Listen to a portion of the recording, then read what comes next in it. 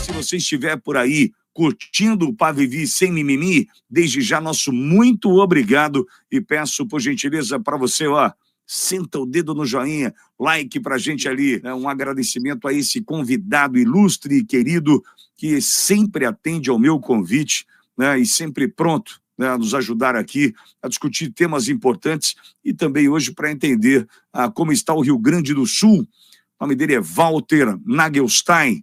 Walter, irmão, querido, boa noite. Seja bem-vindo mais uma vez, uma honra vê-lo e ouvi-lo por aqui, Valtão. A honra é minha. Numa tarefa que eu diria quase impossível, né? Eu diria que substituir o Pavinato é impossível.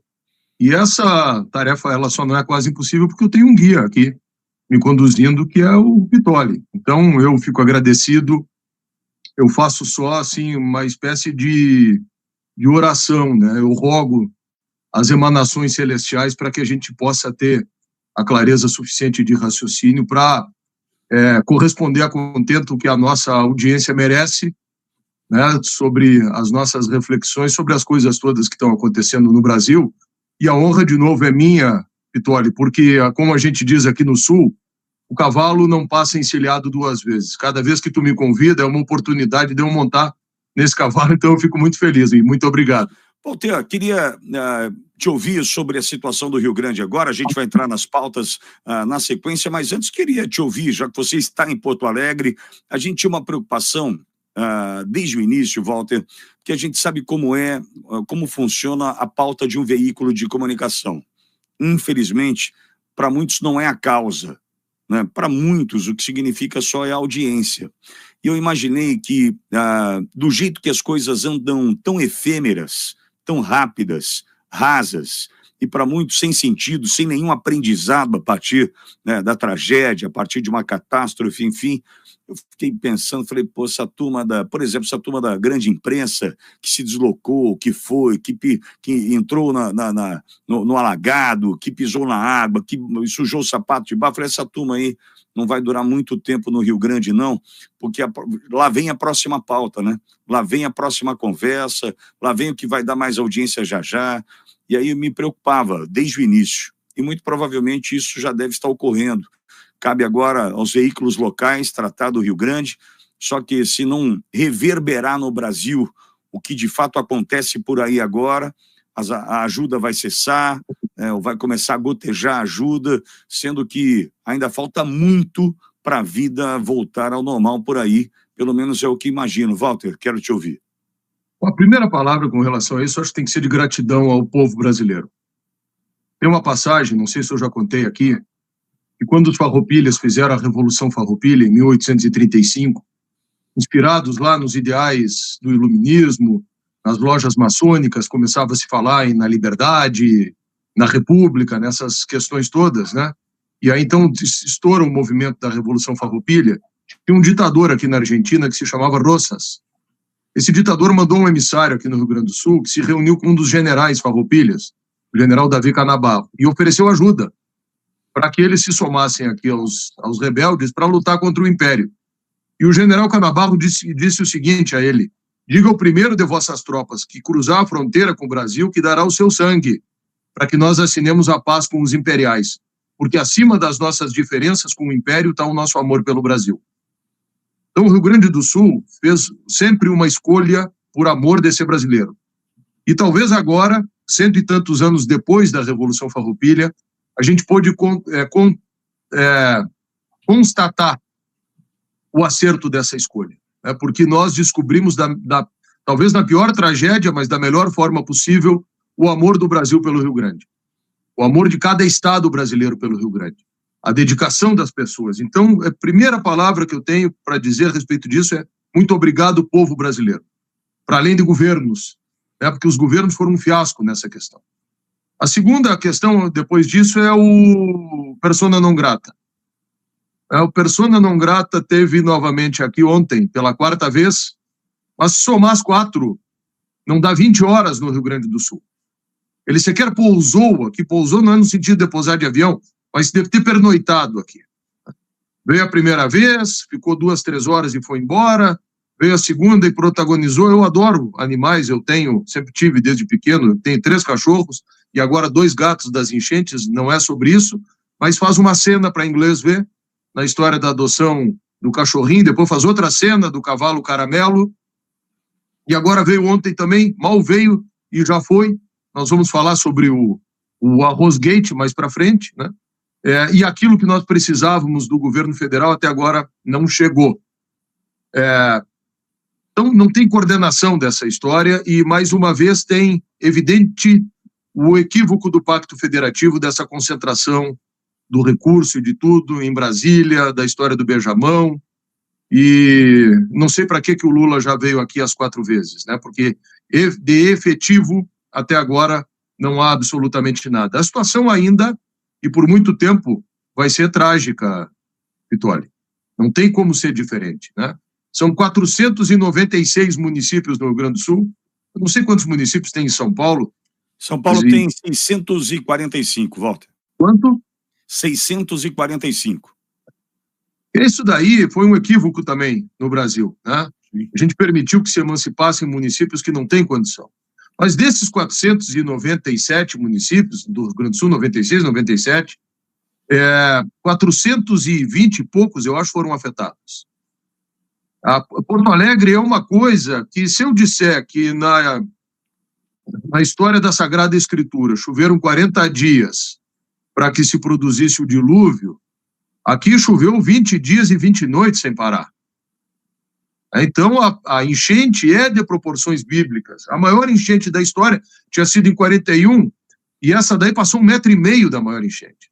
Então, a cidade só não ficou embaixo d'água, aquelas regiões, ainda hoje de manhã, eu fui até o centro histórico, assim, acho que foi a primeira vez em 40 dias que eu fui no centro, e a água no centro histórico, onde é o Paço Municipal, a marca da água é 1,60 m, né, no centro histórico da cidade.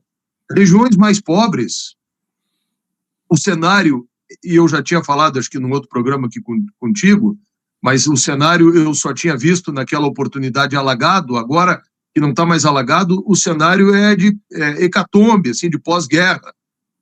Porque aí as pessoas tiraram todas as coisas para fora de casa, aquelas que tinham uma casinha um pouco melhor, e aquelas que tinham casebre, então não sobrou nada. E aí vai tudo para o meio da rua, aquela quantidade enorme de entulhos. Então todas as ruas tomadas por entulhos, tudo tomado por um lodo, por um barro fétido.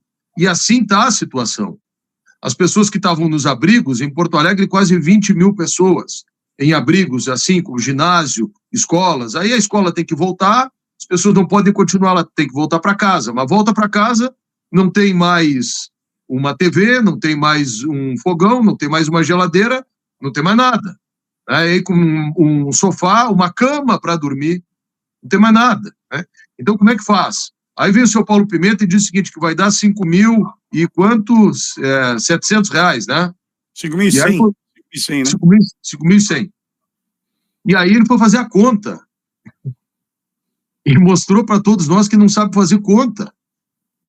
Né? Porque ele começou a fazer, daqui um pouco mais estava em 4 mil, e aí ele adicionou uma coisa a mais e subtraiu 1.000. Então, nessa conta de 5.100, se a gente for pegar assim de brique, não tem. Eu fui ajudar uma família na segunda-feira e comprei lá uma geladeira e um fogão. Mas não tem mais nem em brique em Porto Alegre. Não tem mais para vender. Então a cidade, a perspectiva do aeroporto aqui é voltar em dezembro. A perspectiva do sistema de transporte ferroviário, que é o metrô, não é metrô, Porto Alegre não tem metrô. Tem um trem metropolitano que chega no centro de Porto Alegre. Perspectiva também de voltar a operar é dezembro. Só para... Nós estamos em 7 de junho. Né? Vê o tamanho desse negócio. Imagina a cidade ficar sem aeroporto, uma das principais capitais do Brasil, até dezembro. Então, continua esse cenário trágico. Um amigo microempreendedor me ligou essa semana perguntando desses anúncios dos recursos federais, que ele tinha ido no banco, aqui no Banco do Brasil, porque tinha sido anunciado que teria recurso.